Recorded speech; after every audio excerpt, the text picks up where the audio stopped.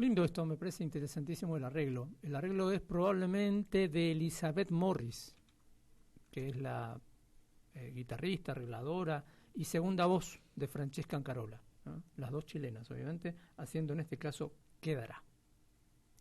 Hora 17:06, Miguel. Vamos a hablar de un tema con el que abríamos el programa y que nos puso a pensar, y está bueno que así sea, porque lamentablemente en estos últimos meses venimos contando una serie de hechos que son todos muy cruentos, solo por mencionar los últimos meses, ¿no?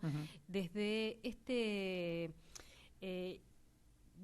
femicidio vinculado que tuvimos aquí en la provincia de Misiones, muy cerquita del campus de la universidad, esta persona que asesina a sus dos hijos, hiere gravemente a su pareja, expareja y a su cuñado, que termina después muriendo también, se suicida, después saltando a ese triple femicidio que se cuenta como un femicidio narco, te dicen, te lo cuentan así, a este último que estamos también siguiendo, esta persona que asesina a su expareja, a su suegra, ex-suegra, a un remisero que lo transporta, secuestra a su hijo, todo muy cruento. Y decíamos, bueno, ¿cómo abordamos, cómo nos interpelan estos hechos? Desde los feminismos venimos como discutiendo un montón de cuestiones, y una de las cosas que me parecen interesantes es también generar el espacio para escucharles a los varones en esa interpelación.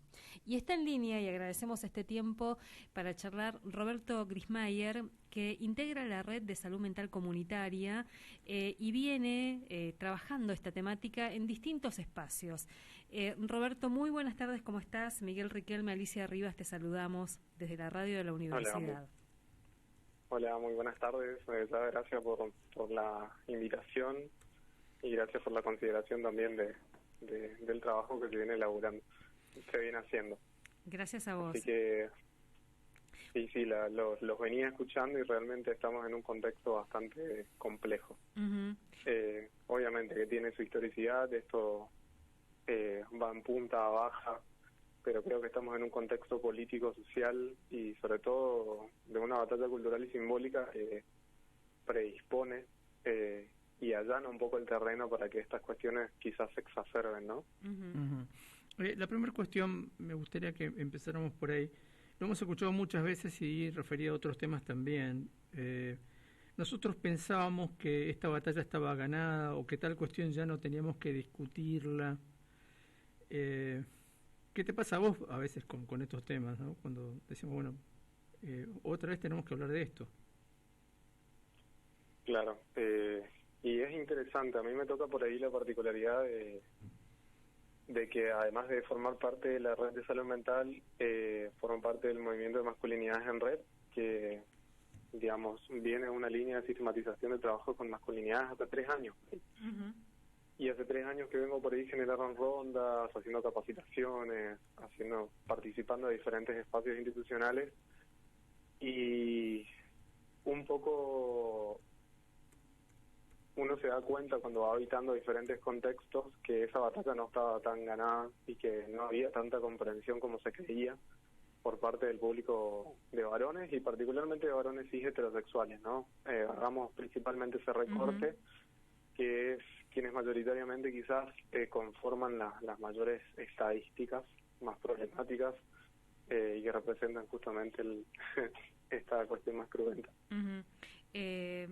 También una cuestión que vos marcás, porque el trabajo que vienen haciendo y que venían haciendo con las masculinidades era también, y hay que reconocerlo, como un trabajo de nicho, de a poquito, que se estaba empezando a abrir, que por ahí se abría también en un contexto donde lo políticamente correcto era empezar a hablar de estos temas. Hoy eso cambió, digamos, ¿no?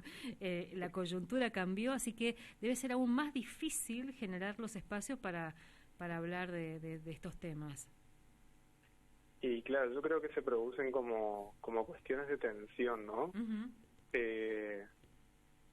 estamos en un proceso, digamos, social que yo creo que sabemos que, como vos decís, está allanado para que efectivamente la gente legitime su machismo, legitime su violencia, legitime todo ese tipo de expansiones de conductas totalmente retrógradas, conservadoras, más fascistas, vamos a decirle, y principalmente muy machistas. Y sí, en un momento vamos a decir que de igual forma yo creo que hay un sentido positivo porque las instituciones siguen buscándola de alguna u otra manera, siguen buscando ese nicho porque de igual forma se topan con esa limitación siempre de decir qué hacemos con los varones frente a problemáticas que siguen surgiendo, qué hacemos con los varones cuando hay acosos dentro del ámbito laboral, qué hacemos los varones cuando queremos integrar a una mujer en un espacio que es usualmente masculinizado y empiezan a haber problemas de convivencia, qué hacemos con los varones que ejercen violencia, qué hacemos con los varones que tienen conductas machistas. O sea, es un problema que no se terminó de cerrar y que siempre apareció la necesidad, pero la particularidad es que hay todo un contexto que ahora da permiso, ¿no? Pero yo creo que siempre que no se ha soltado. Yo creo que hay algo positivo que tengo que remarcar, por más que hay una contraofensiva, ¿viste?, de deslegitimar las luchas feministas y toda la transversalización en general que se hizo de las políticas de género, pero hay una herencia que quedó eso dentro de las instituciones y dentro de los espacios, que se ha instaurado quizás una nueva forma de ver y una problemática en la cual hay que solucionar. Es decir, se ha visto que hay una desigualdad y se ha visto que hay diferentes formas de resolver la vida, incluso en torno a los géneros.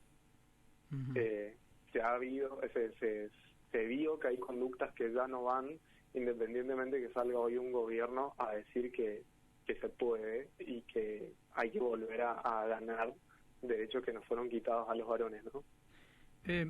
Ahí quería hacer justamente hincapié. Vos decías, hay conductas que han cambiado, y hoy hacíamos una especie de esbozo de impresiones, más que eso no se puede decir qué era, porque la impresión, para volver a esa palabra, que uno tiene es que en este momento hay como una irrupción de una forma de machismo que tiene algunas diferencias con el histórico, con el del tanguero, si vos lo querés poner en un estereotipo, ¿no? Que es el machismo del individuo aislado y resentido por el rechazo o la no aceptación o el no vínculo o no posibilidad de vínculo con la mujer.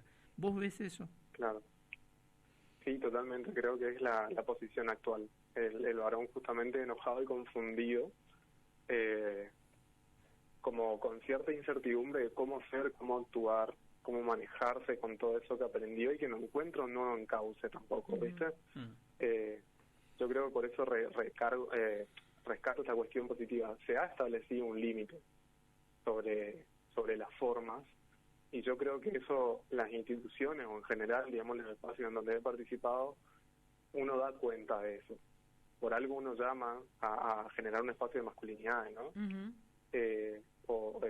Se trata de convocar, no sé, desde sectores gubernamentales a empezar a reflexionar esos temas. Pero yo creo que no terminan de alcanzar los recursos para otorgar una nueva visión o generar o generar nuevas referencias en torno a la masculinidad.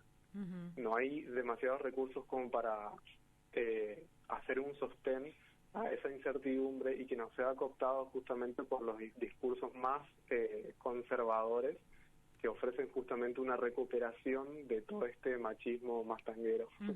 Claro, yo hacía referencia a esto porque hablábamos hoy con Alicia, decía, bueno, los que tienen mi edad, o sea, 60 años, 50 y pico, tienen como referencia padres nacidos en los 30, es decir, en el tango. Pero los que tienen 20 nos tienen a nosotros de referencia en un escenario que más de uno tuvo que ponerse en cuestión muchas veces esta situación de ser varón en esta sociedad que integra. Hay una distancia ahí, me parece. Sí, para mí hay un límite. La particularidad es esta, y vuelvo a reiterarlo. Creo que las medidas para contener esa realidad están siendo pocas, y más en este contexto, en donde están desfinanciando lo básico, es decir, ya están desfinanciando el lado del abordaje, que es urgente, que tiene que ver con el abordaje de las violencias en general o de las víctimas de violencia de género, es decir, todos los programas a nivel nacional están totalmente desmantelados, desfinanciados. Entonces, pensar en soluciones también reparatorias que incluya a los varones y genere espacios para un poco tratar de masificar estas interpelaciones es un toque más difícil. Yo me quedé pensando en lo que vos decías de las referencias. No sé, uno puede pensar modelos, referencias. ¿Qué te pasa a vos y cómo, si es que en algún momento eso se discutió en los espacios en los que estás trabajando, con un tipo como Javier Milei, que además es una autoridad, digamos, ¿no? Una autoridad que claro. Además se vende como un rockstar, como alguien al que sigue mucha gente, sobre todo muchos varones cis. ¿Cómo te interpela esa referencia, entre comillas? Y la verdad que es sumamente peligrosa, pero también la veo como una orquestación de como decir, como un personaje. Una orquestación sobre todo de una instancia de recuperación de lo que se intentó perder, ¿no? Yo creo que en procesos sociales en donde se avanza en la recuperación de derechos o en la legitimación de derechos humanos, figuras como estas son bastante estratégicas para hacer un retroceso. Y creo que particularmente el feminismo ha tenido con muchísima relevancia dentro de esta transformación y sobre todo en el logro de ganar espacios, ganar derechos, ganar discusiones. Entonces es una estrategia orquestada que él se pare frente a un público y deslegitime las políticas de género. Y que le pegue efectivamente a ese ámbito, porque ha implicado también una de las movilizaciones más grandes a nivel histórico y ha transversalizado un montón de discusiones sobre la estructuración de la desigualdad. Entonces, no me parece inocente también que no solamente Milei como presidente tenga todo el aparato de legitimación de ser como una figura que representa al Estado, sino todo lo que lo orquesta también, digamos, ¿no? Como todo lo que lo da plataforma, todo lo que lo pone ahí y que genera eco de eso que comenta, digamos. Claro. Hablabas de los feminismos.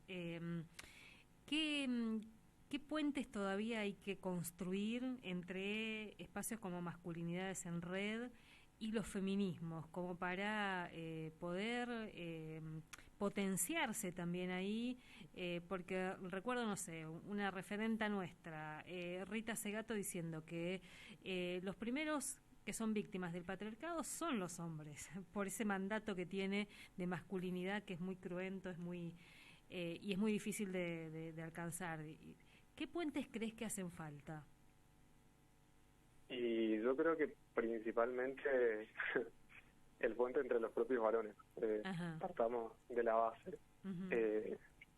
De que, claro, creo que muchos varones en general no están del lado de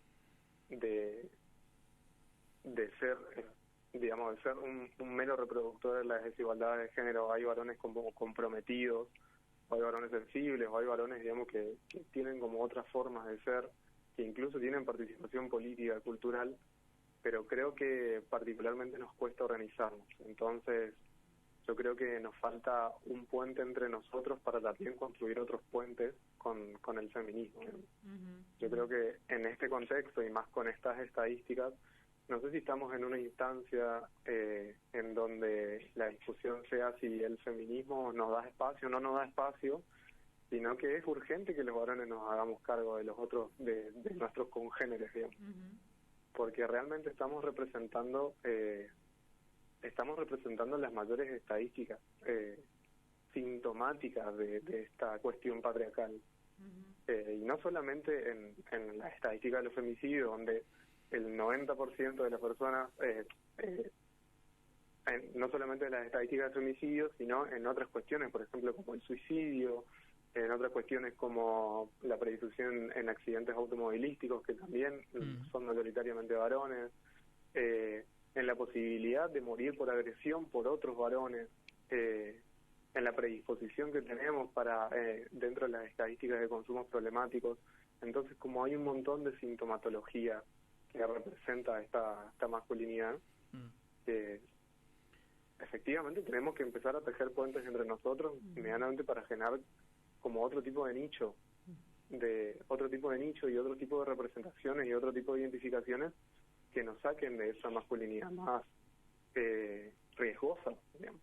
Está bien. Estaba pensando cuál es el rol de el poder en este tipo de situación de fotografía que vos de alguna manera planteabas, porque recuerdo un antiguo década del 60 cortometraje de Alain Resnier donde planteaba más o menos la idea, trataré de sintetizarla sin contar la historia. Presionados al extremo, individuos termina agrediéndose entre sí sin identificar quién es el que presiona, quién es el que ejerce violencia desde el poder. Finalmente se resuelve cuando el más fuerte mata al más débil, pero sin identificar quién es el enemigo.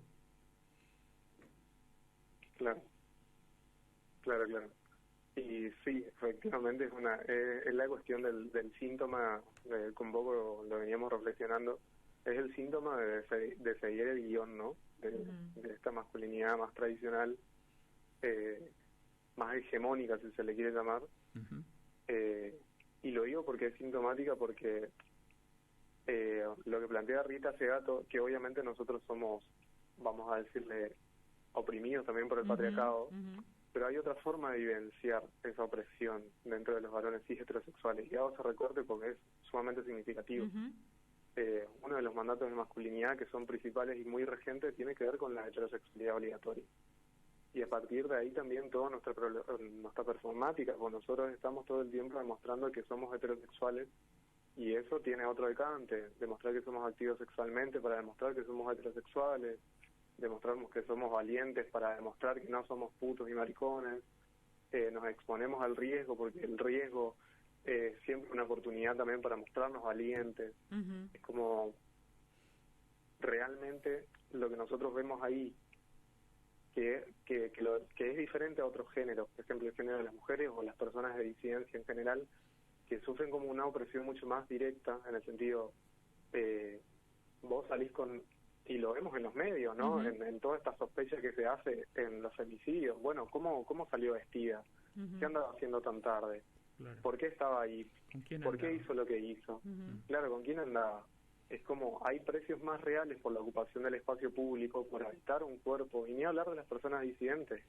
Te salís de la heteronorma y sobre todo te salís de las lógicas de los cisgénero y vivís una disciplinación de la heteronorma, en donde el patriarcado y particularmente el machismo disciplina eso. Es decir, hoy las disidencias todavía tienen que seguir pensando en espacios seguros para salir, para habitar, para salir a tomar una birra.